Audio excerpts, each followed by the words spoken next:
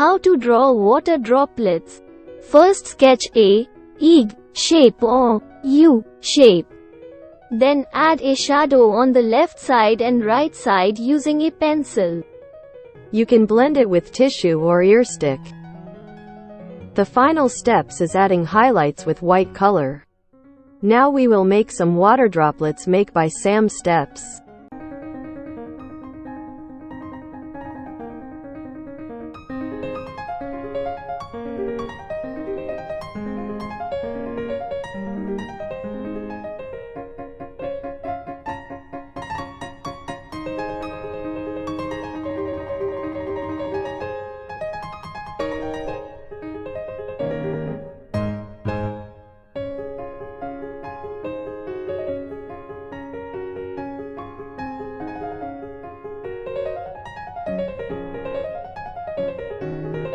Thanks for watching full video.